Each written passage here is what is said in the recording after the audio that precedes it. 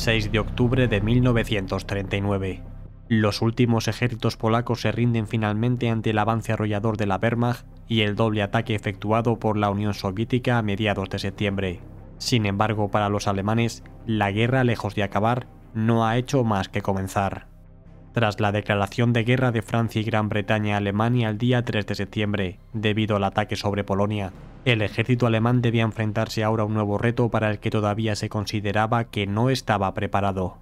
Muchos generales habían aceptado el ataque sobre Polonia debido a que era una tarea relativamente sencilla y fácil de ejecutar, pero enfrentarse nuevamente a Francia y Gran Bretaña era otra cosa bien diferente.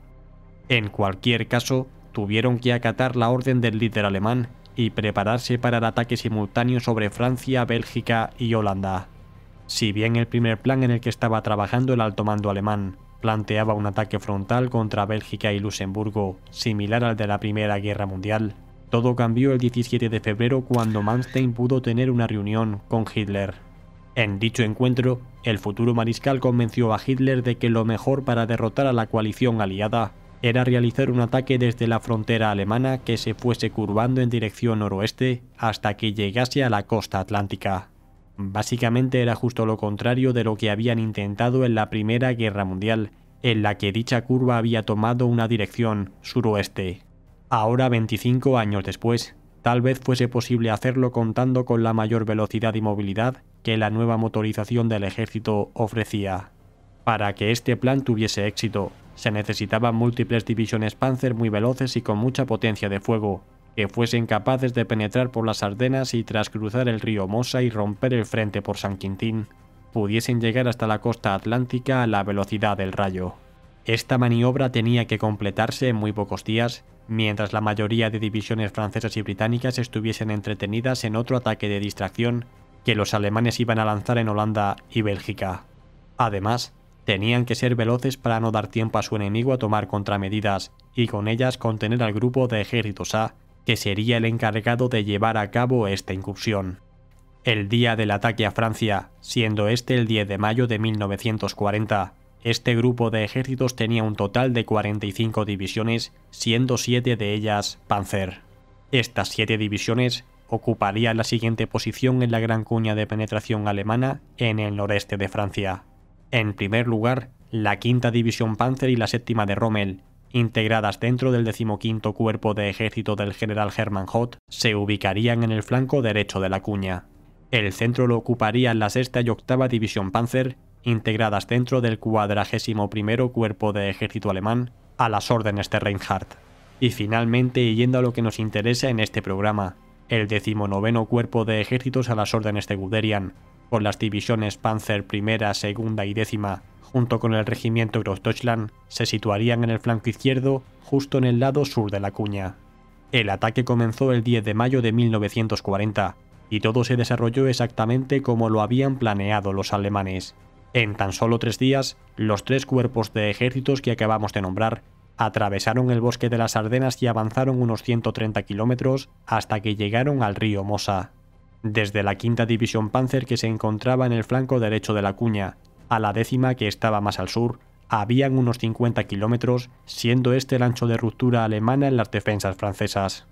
A pesar de este importante avance durante los primeros días de la operación, todavía estaba todo por hacer. Ahora, la clave de todo el plan consistía en poder cruzar el río Mosa y poder continuar avanzando hacia el Canal de la Mancha. Fue en este momento en el que se libró una de las batallas más importantes de esta operación, siendo conocida como la Batalla de Sedan. Hay que indicar que en esta fecha los franceses ya se habían empezado a movilizar y estaban enviando refuerzos a la zona a toda velocidad. Sin embargo, ellos creían que el plan alemán, tal y como habían hecho en la Primera Guerra Mundial, sería girar hacia el suroeste y dirigirse hacia París o a la retaguardia de la línea Maginot. Pero como ya sabemos, eso no era lo que tenían planeado los alemanes. Hay que indicar que en aquel momento la costa atlántica francesa se encontraba a unos 250 kilómetros de allí, y los franceses no creyeron que los alemanes pudiesen completar ese recorrido en tan solo unos días, como así terminaron haciendo. Durante los días 13, 14, 15 y 16 de mayo se produjo la Batalla de Sedan, en la que las unidades de Guderian pudieron cruzar el río Mosa y establecer una poderosa cabeza de puente. Así pues, a partir de ahí, sus divisiones Panzer comenzaron a ganar terreno en dirección sur y principalmente en dirección oeste, en un gran avance liderado por la 6ª División Panzer. Fue también a partir del día 15 y 16 cuando los otros dos cuerpos de ejército comenzaron a avanzar de forma clara y contundente en dirección oeste, tras haber cruzado el río Mosa más al norte por Givet, Fumay y Revin. Así pues, para este día 16, las intenciones alemanas ya estaban más claras y los franceses comenzaron a enviar refuerzos a la zona, en un intento de frenar la ofensiva del grupo de ejércitos A. Si bien para el día 16 eran las divisiones Panzer de Guderian quienes iban a la vanguardia del ataque, encontrándose a las puertas de Saint-Quentin, durante el día 17 la 7ª División de Rommel consiguió realizar un gran avance y colocarse a la misma altura. En ese momento, Guderian estaba reagrupando las divisiones Panzer I y 10ª, que se habían quedado protegiendo el flanco sur de la cuña tras la penetración por Sedan. Una vez que esta defensa pudo ser ocupada por otras divisiones de infantería alemanas que venían desde retaguardia, las divisiones Panzer pudieron ser enviadas hacia el oeste para continuar con su carrera hacia el Canal de la Mancha. La coalición aliada se había comenzado a retirar poco a poco de Bélgica, pero el embotellamiento de sus unidades hacía que esta maniobra fuese mucho más lenta de lo deseado. Por otro lado, los franceses habían empezado a reforzar la ribera del río Somme para evitar que los alemanes avanzasen hacia París, pero debido a la velocidad del avance alemán, no habían podido reforzar el territorio que estaba entre los alemanes y la costa, que era justo el que las divisiones Panzer estaban atacando. Así pues, y debido a esto, la mejor opción que le quedaba a los franceses era cortar la penetración alemana con un ataque en pinza desde el norte y otro desde el sur. Sin embargo, la mayoría de sus fuerzas blindadas con las que poder llevar a cabo este contraataque no se encontraban cerca del lugar, y tan solo se pudieron efectuar ataques limitados. El primero de ellos se produjo el día 19 de mayo contra el flanco sur de Guderian, en las inmediaciones de Laon. Este ataque francés fue rechazado por la 10ª División Panzer sin ningún tipo de problema, mientras que la 1ª, 2ª, 6ª y 7ª División Panzer continuaban con su marcha hacia la costa a toda velocidad. Fue concretamente al día siguiente de este contraataque francés, cuando la 1ª y 2ª División Panzer de Guderian realizaron un avance espectacular desde Perón hasta la costa atlántica francesa a unos 90 kilómetros. Con esto, consiguieron completar su maniobra de cerco, y dejaron aislados a cientos de miles de soldados franceses, británicos y belgas. Durante la jornada siguiente, siendo esta el día 21 de mayo, los franceses organizaron otro contraataque, esta vez contra la 7ª División Panzer de Rommel, en lo que fue conocida como la Batalla de Arras. Si bien Rommel pudo rechazar este ataque, esta acción francesa hizo saltar muchas alarmas en el alto mando alemán, que les hizo ver que tenían que avanzar de una forma mucho más cauta. Y es que precisamente uno de los mayores miedos del alto mando alemán era que su enemigo se reorganizase y efectuase un gran contraataque a la altura de Cambrai, con el que seccionaran a todas sus divisiones Panzer que se encontraban en la vanguardia de su penetración. Así pues, el avance de las divisiones Panzer hacia los principales puertos de la costa atlántica francesa se vio retrasado.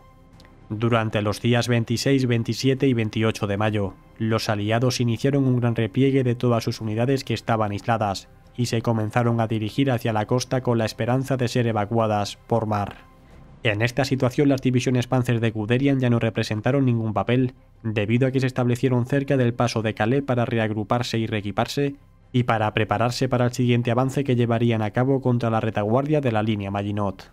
Por otro lado, y no siendo el tema de este vídeo, el asedio sobre las tropas aliadas aisladas en Dunkerque finalizó el día 4 de junio, con la evacuación de más de 330.000 combatientes, enturbiando un poco la ejecución final de esta exitosa operación.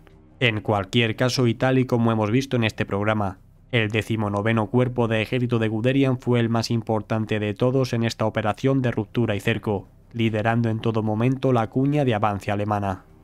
Tal y como vimos hace unas semanas, Guderian también lideró el avance alemán hacia Moscú, en donde jugó un papel determinante que si os interesa podéis ver en el programa que os dejo en la descripción. Gracias a todos por formar parte de esta comunidad, especialmente a los patrocinadores que hacéis esto posible. Suscríbete y comparte este programa si te ha gustado y nos vemos como siempre cada miércoles y domingo. Hasta pronto.